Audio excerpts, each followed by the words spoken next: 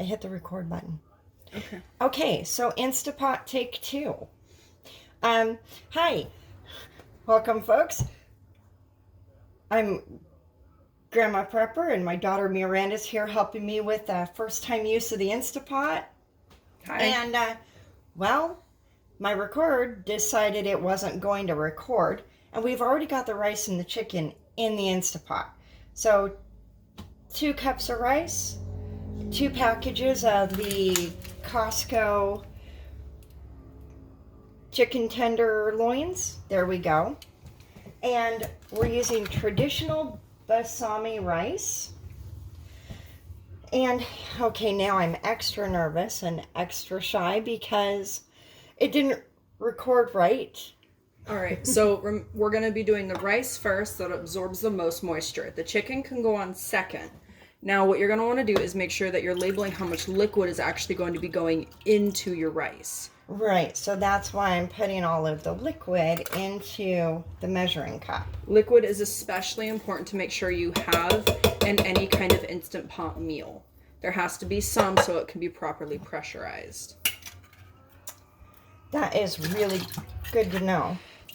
Remember, liquid. Right. We're measuring the liquid, Right. not the corn. Got a little ahead of myself there. No problem. Ugh, so corn and peas. Doesn't matter what we use.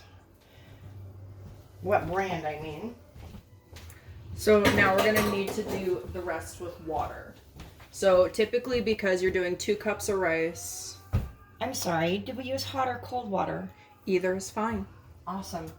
This is what I love about Instant Pot. I swear by this at home.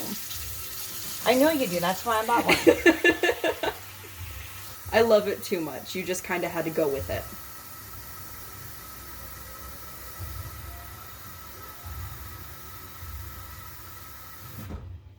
So I don't know if I mentioned this, but this really is my first time ever using an Instapot. Liquid now? Yep, go ahead. All right. And yeah, I'm like really excited because I put the chicken in there frozen. A lot of times I will skip dinner because I have to actually cook and thaw out the meat and pre-plan. And being able to stick the frozen meat in the Instapot and being able to have a meal 30 minutes later is extremely appealing to me. It works really well at home. We use ground beef. We've done steak. There was another meat we used, I can't remember. But it ends up being super moist because of all the water. And it makes it so that you just take a couple of forks at the end of it all and just, fork it. All right. So, Mir, I'm going to ask you to put in the seasonings because you're way better at that than I am, and you're going to be eating this too. So I want you to like it. So we're using a tablespoon of the Better Than Bouillon. It is basically bouillon. I prefer it rather than the cubes. It's just less salt. Okay, will you get me a spoon while I fight that? Yes. So in the middle of that... I'm glad I'm not the only one that has that trouble. Oh, I always have that trouble. All right, so we make sure you refrigerate that. I am putting it in the refrigerator. That right just now. adds some flavor. Now, I've used this before, but according to the jar, you only need the 1 teaspoon, and it's going to be the same as the, like an 8-ounce can of broth, if I could learn how to speak. So we're going to use some pepper, but we're going to be very careful because neither of us do well with a lot of pepper. Pepper. We're going to be using the McCormick Gourmet Marjoram.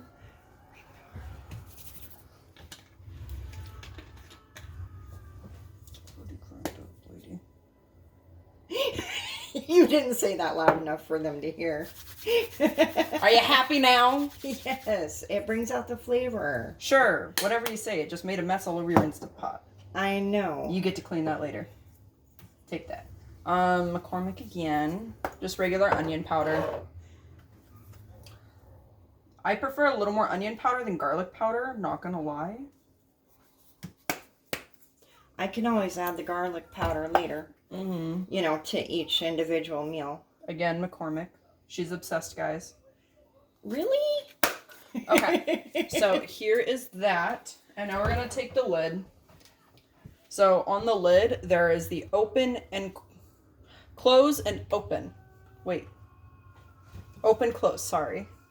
So you want to make sure that you put it a little to the side. I'm going to turn the light on. We lost the lighting. Okay, go ahead.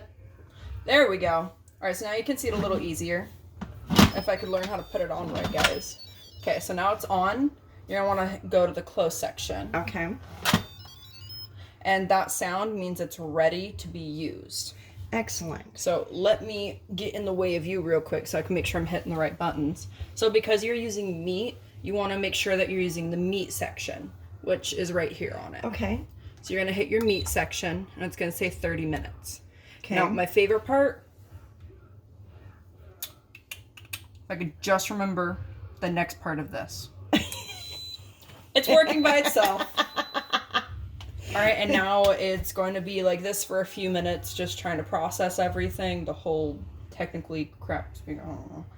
You want to make sure that your pressure is down in the back, so you don't want it releasing. If it starts to release pressure, you're doing it wrong. Okay. Because you don't want that to happen until the end, if I can make it work. Okay, we're going to fight Down here. and to the right is closed, correct? It's supposed to be. Or to the left, somewhere like that. Okay. I need the book. This is a real struggle, isn't it? Don't even have my glasses. Okay, so it says press And turn.